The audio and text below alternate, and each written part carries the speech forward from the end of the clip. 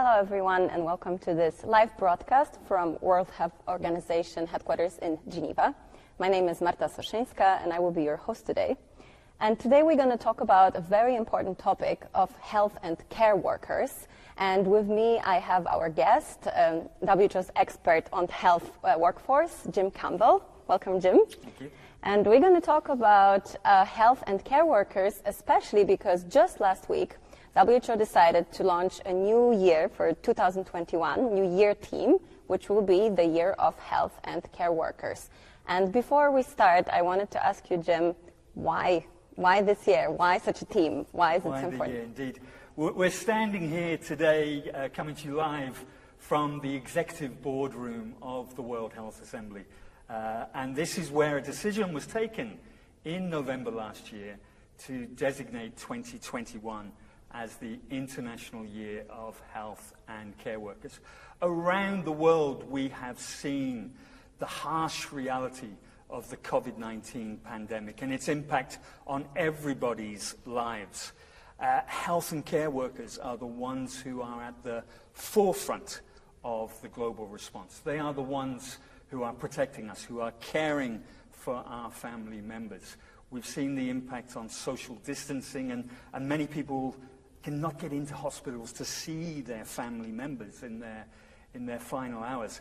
And it's again the health workers that are there for them, giving them that compassionate care.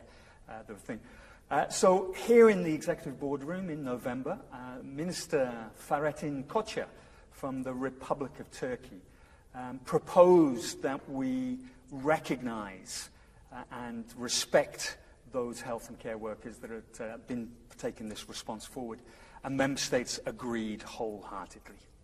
Thank you, Jim. So we are talking about health and care workers, and this year, 2021, will be the year of health and care workers. If you, our viewers, have any questions to ask to Jim about this year, about the impact of the COVID-19 pandemic on healthcare workers, please ask in comments on Facebook and LinkedIn, of course, and on Twitter you can use #AskWHO.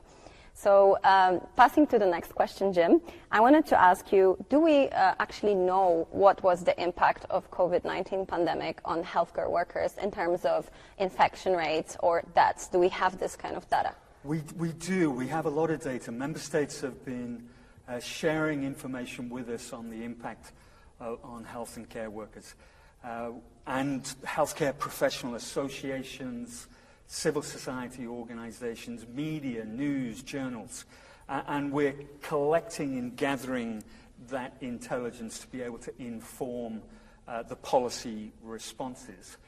Clearly, when the pandemic hit, first of all, we saw an immediate surge response. We saw medical students, nursing students, pharmacy students, retirees being brought into the workforce. Regulations and legislation were changed to enable them to practice as part of the healthcare team. We've seen the volume of work and the additional shifts. So we also have seen a real impact on the physical and mental health. We saw very high rates of infections, unfortunately, in the first several months of the pandemic. That has decreased. The information that we have demonstrates that as clinical protocols have been established, as risk assessments, as PPE is made available, the infection rates have been coming down. But we still, nonetheless, anticipate more than 4 million infections of health and care workers. And unfortunately, far too many deaths.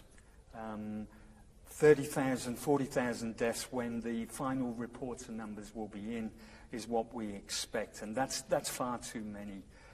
And now today we're seeing the stress, the anxiety, the insomnia about dealing every day in an emergency, being part of that intensive care, seeing every day people pass their final breath. That has an impact on health and care workers. So we really need to look at the mental health and well-being and how we respond to their needs going forward.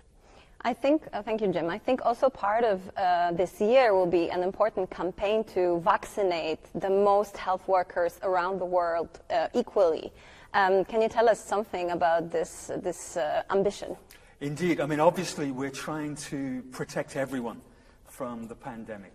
You know, all the personal hygiene, all the distancing. And now we have another tool that we can use, which is the vaccine. And our Director General, when he spoke here in the Executive Board in January, challenged the world that there is a moral obligation that vaccines should be distributed equitably around the world. And vulnerable groups and health and care workers should be part of the priority groups that are given that. And his language was that in all countries, health and care workers should be vaccinated in the first 100 days of 2021. And that's part of the major objectives of this year's campaign, because that gives us another form of protection, if we can protect the workers to protect us. Thank you, Jim. We're getting first questions from our viewers, but before I pass to those, I just wanted to ask you another question about the vaccination. So we know that the vaccination is not happening equally everywhere and that health workers in many countries do not have access yet. Can you give us some reasons why it's not happening? Because I think for many people it's obvious that health workers should be the priority. So why isn't that so easy, and what are the obstacles? Indeed, and many countries have now started their vaccine campaigns, and the numbers are improving daily, and the percentages of the population improving daily, and we're seeing real progress in many countries in terms of the health and care teams who are most at risk being done that. But remember, this is the world's largest ever global vaccination campaign. We are trying to reach population groups that are not normally part of our expanded program of immunization. We may have some great experience from the flu vaccine, but it's a huge undertaking. The supply chain, the stocks, the distribution, the record keeping, the counseling of people, the follow-up. And there are huge efforts around the world to make this work. And we do see progress, and we're learning lessons on a day-to-day basis. Clearly, from the WHO perspective, we believe and are calling for, no vaccine nationalism. We want equitable distribution. We want all health and care workers to receive the opportunity for the vaccine. But it's going to be working together that we do it, rather than pointing fingers. Thank you, Jim. So maybe I will pass to the questions from the viewers right now. I just wanted to remind to those of you who just joined us now, we are talking with Jim Campbell, who's a WHO's expert, head of division of health workforce. And we are talking about health and care workers in the context of COVID-19 pandemic. So I have a first question from Kishan Kish Chahnabai. Should frontline workers have better protection and safety, especially during pandemics, as they are constantly at risk and strain? Indeed, and very, very early in the pandemic, information was published by WHO from our colleagues on both the infection prevention control teams and the occupational health and safety teams, with some clear guidance on the use of personal protective equipment in healthcare facilities. We have been actively throughout the whole of 2020 promoting the manufacture, the distribution, and the use of personal protective equipment. We actually have a mobile phone application which gives detailed, it's a virtual simulation on the phone, gives detailed explanation of how to use personal protective equipment, available in a multitude of languages and available on the WHO Academy mobile phone application with all the guidance as well. So definitely we agree for that. And we've seen, as I said earlier, as risk assessment, as countries have started responding and getting better at clinical experience, we've seen the impact of this really decrease the number of infections amongst health and care personnel. So we are very optimistic that this is working as part of our tools. Talking about optimism for this 2021 year of health and care workers, what would you expect from this year? We have 5 key objectives in the campaign. The first we spoke about. We want to see all countries making progress on vaccinating health and care workers, protecting those who protect us. We also would like to recognize and commemorate those health and care workers who have lost their lives, who have paid that sacrifice. And to be able to recognize and commemorate them, we need to be able to measure and we need to be able to know their names so that we can ensure that what they've lost their lives for results in action. That action is the third objective. We were looking for commitments from governments, from professional associations, from the international financing institutions to invest in education and jobs. We, as WHO, we had presented evidence to the member states, the ministers, around a global shortage of health and care workers before the pandemic. That is only more real today. So we need to invest in their education and their jobs. We want to see, there's a suggestion from some member states that we should have a compact or a covenant that protects health and care workers themselves. And what might that look like? So some sort of care compact. We've seen this discussion in different countries around the world already. And then fifth, we want our viewers, we want our communities, we want our stakeholders to join us in this campaign and to take action with us. Thank you, Jim. So to all our viewers, we are talking about health and care workers in the context of COVID-19 pandemic. And if you have any questions, please drop us a comment on Facebook, or you can use hashtag AskWHO on Twitter. So Jim, you've been telling us about the 2021 year of health and care workers and what we expect as WHO from stakeholders, governments. But I also wanted to ask you, what can individuals do to support this cause and to support health workers in their country and globally during these difficult times? Indeed, and I think the outpouring of support and engagement. We've all seen the pictures on the internet, people on their balconies clapping, appreciating the health and care workers. That is wonderful, and we need to continue that respect for them. But we need to turn that applause into action. And so you should ask yourself, how can you support that action? How can you get involved with your parliamentary representatives? What are we going to do to support those who have supported us? How can we ensure that these, the professions and the care workers, the people in long-term care facilities, the people looking after vulnerable groups in the community, how can we ensure that their careers and their livelihoods are supported? Decent work for them. Around the world, more than 70% of these jobs are held by women. We're also one of the biggest employers of youth, and we bring people out from university and from high school education into these jobs. How can we give them the opportunity for a decent job, for decent work? Speak to your politician, your member of parliament. Speak to your senator, your congressperson. Speak to your elected representatives. What action can we take? What can we do in solidarity with them? And just to recognize that we do appreciate every single piece of work that they are doing for us.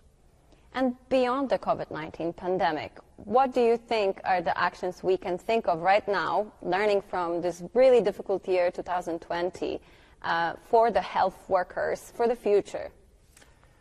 For the future, I mean, we need definitely, we're seeing this discussion. How does the experience from the pandemic inform our social protection systems, our health, our education, our social services? We've seen that if we run healthcare like a budget airline. If we just try to get as many people on an airplane as possible for the cheapest possible cost, as soon as that healthcare system is put under stress, as with COVID-19, it will not be able to cope. You end up being the stranded passenger at the airport from your budget ticket. So we need to invest. Health is a responsibility of government to its people. Good health, social protection similarly. So how do we make sure that we learn the lessons? Strengthen the investment in our education, in our employment, in our careers, in health and social protection services, in all our care services. We must learn that legacy of the COVID-19 pandemic. Thank you, Jim. To our viewers, I just wanted to remind you, if you just joined, we are talking about health and care workers during the COVID-19 pandemic and beyond as well, with Jim Campbell, the head of health workforce in the World Health Organization. So, Jim, we talked about the impact on health workers, and you talked about infections and deaths from COVID-19. But I also wanted to ask you about something which may be a little bit harder to measure, which is the impact on mental health. I think this pandemic was very difficult for individuals, for families, and obviously for healthcare workers in terms of mental health. What do we know about that area? There's been some excellent research and publications in this work. It's been a topic of conversation that many professional associations, our colleagues at the International Council of Nurses have been talking about that just this week. We've seen reports from around the world, anxiety, stress, depression, insomnia. 1 in 4, 1 in 3 of the health and care workers suffering this. We've seen the levels of burnout, which are recognized as in the International Classification of Diseases latest edition as a serious illness, and we're seeing that in the occupations that have been a year now in these emergency settings. And it is very concerning. We had the discussion most recently in the Executive Board in January about a decade of action on mental health, and we need to ensure that the health and well-being of health and care workers are included in that. There's some concern, and rightly so, that at the end, the levels of mental health is forcing people to really think twice about whether they remain in the health occupations, and that we may lose many of these people as a result. And we cannot afford that. We do not have enough health and care workers today to satisfy the requirements around the world.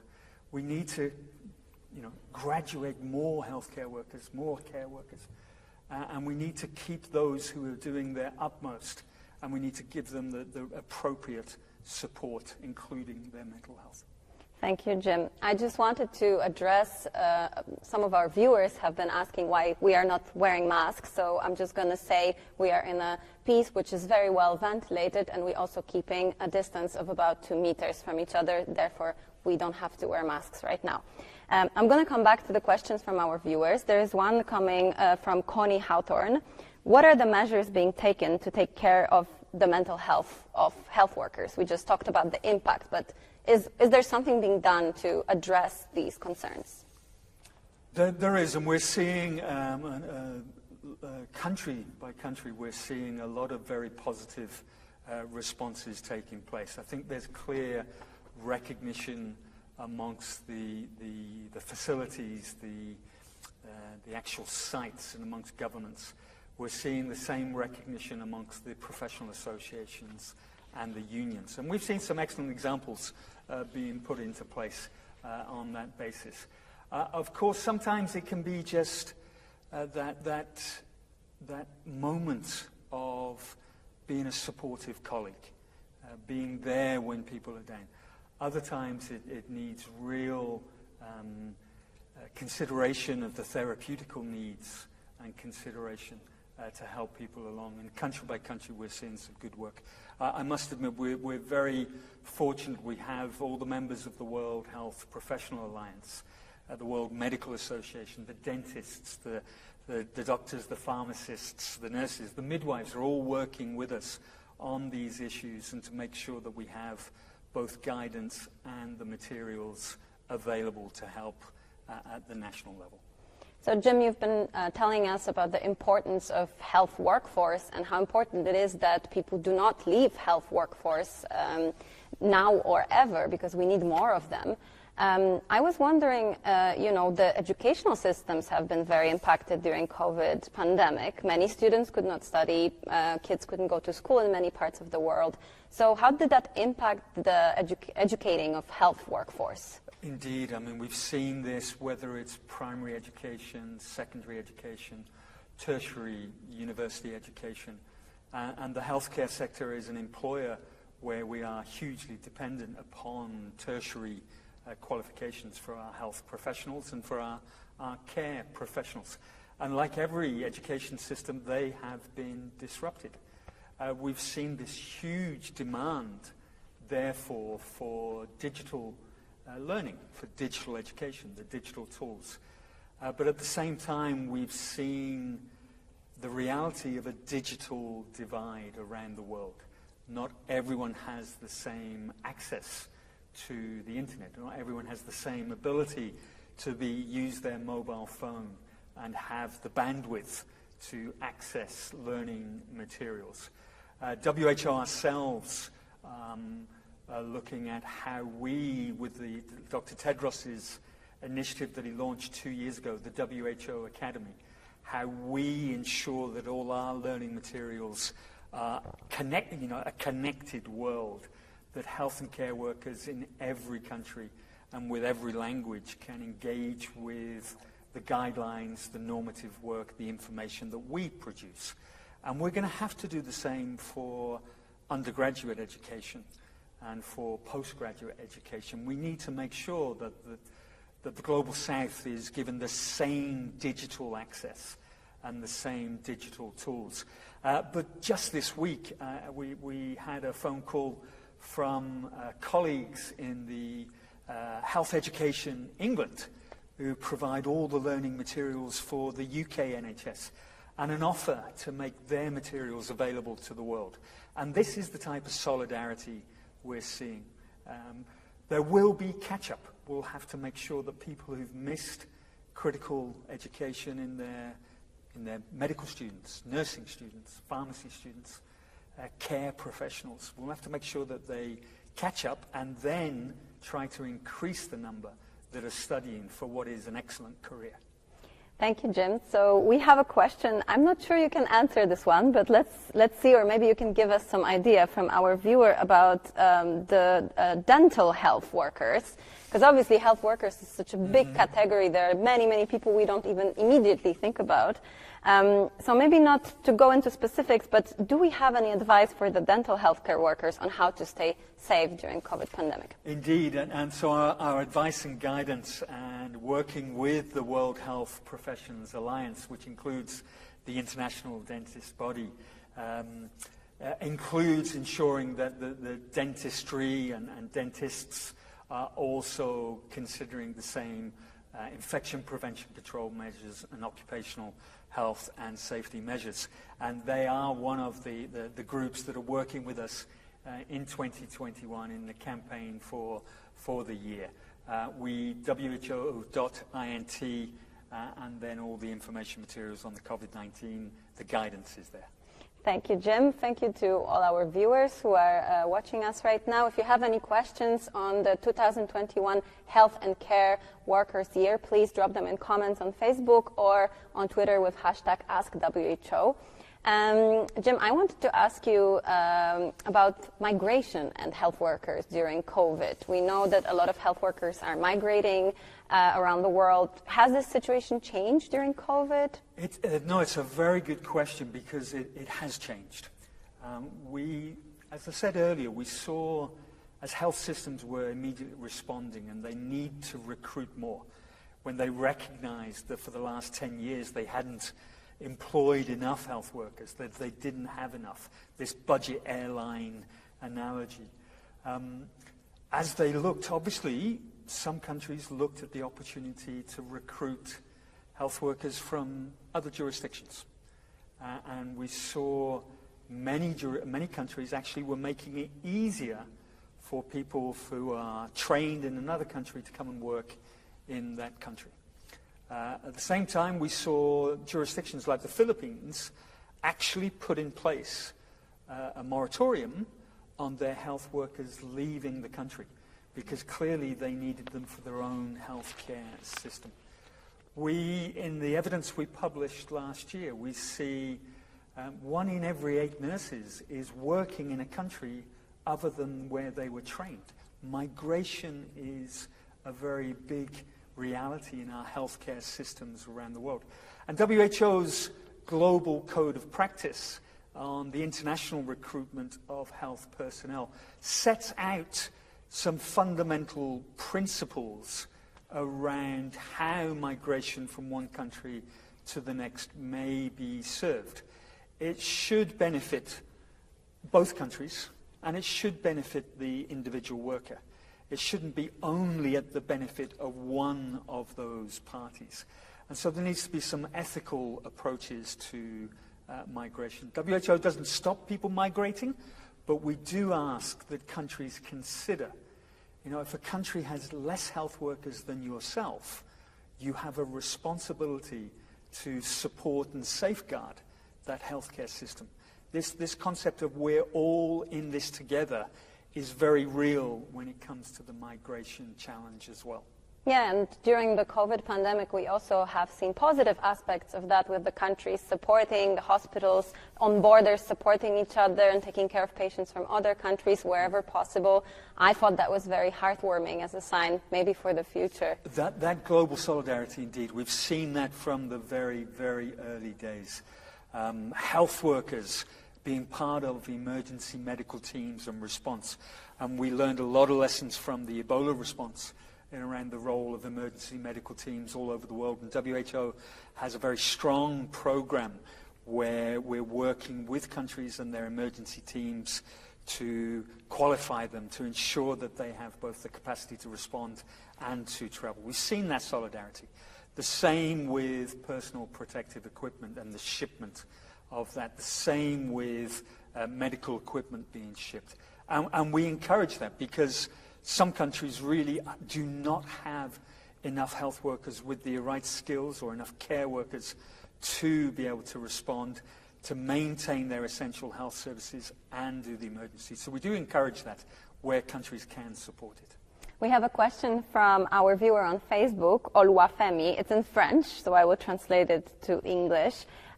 What strategies does WHO employ to support health workers? We talked about it a little, but maybe just like a global overview, if you could give it to us, Jim. We published in 2016, as we started the Sustainable Development Goals. We looked at this and we consolidated the evidence, 18 months, 2 years, and looked at what are the key policy priorities for countries to be looking at. And in 4 areas, very briefly. First, we need to protect the existing health and care workforce. We need to ensure their decent work, their occupational safety, their education, and their lifelong learning. Secondly, we need to invest in the next generation. We must put greater investment into education and jobs coming forward. And those skills and the competencies, as we bring health and care services together, what is the future workforce that we're looking at? To do that, we need to ensure that we have the management capacity, the capacity building in governments and in all the relevant stakeholders to ensure that we have an evidence base and the appropriate policy for the appropriate context. And fourthly, all our evidence has to be based on data. So you have to make sure that you can actually understand what you have your workforce from, their education, their employment, their skills, not just the number, but what they're doing and what your needs are, and so that you can continue to make evidence-based policy on a day-to-day basis. And that's published in the global strategy. But the key thing that we also published was evidence that was led by the presidents of France and South Africa. And it was evidence that said, if we invest in education and employment in health, it not only hits the Sustainable Development Goals on health, it also hits the Sustainable Development Goals on education, on gender, because so many of our jobs are for women. It hits the economic growth. It is a catalyst for economic growth. Good health, we've seen in the pandemic. If we don't have health, we don't have a healthy economy. So it hits all these other things as well. Indeed, I think all of us learned a lot during this pandemic, and one of the things I think we've seen around the world is how we can work with few resources to address, this pandemic. One of the questions that I wanted to ask you is, I've seen editing videos of health workers and hearing testimonies of health workers around the world that more and more of retired health workers came back to work, or student health workers came to help. Do we know something about that, Jim? We do, and we've looked at this, and we've been trying to, as I said earlier, what have governments been doing to try and build their capacity to have the immediate response to the pandemic? And we've seen retirees, we've seen students coming through. In over 70 countries, and still counting, we've seen this opportunity. And it's wonderful when you see some of that's been in the public health capacity, so in the test and trace initiative. Some of it's been in the community engagement, but also a lot of it has been really very much at the forefront of the response in hospitals, in the intensive care units, where we're seeing people brought into those teams. And we must give huge credit and acknowledgement, not only to all the full-time workers that are there, but the retirees that are coming back in, and the students that have given their time as well to this. It is very much everyone in this together, and acknowledgement is due. So, Jim, I wanted to, it's not a question, but I wanted to read this comment that we received from our Facebook viewer, because I think it's very touching, from Nur Akshi, who says, I spent a lot of time with medical staff, and they mean so much to me. Their safety and mental health as well should be appreciated and taken seriously. Really, we've all been through a lot, but those who are on the front lines especially. And I think this is a great comment maybe to near the end of our discussion. Thank you so much, Jim, for all your answers and for your expertise. And thank you to all of our viewers from around the world. Just a couple of countries that are watching us: Japan, India, Bangladesh, Indonesia, Sri Lanka, Nepal, Switzerland, France, Germany, Philippines, Portugal, Kenya, and many, many others. Thank you so much, Jim, and till the next time. Thank you.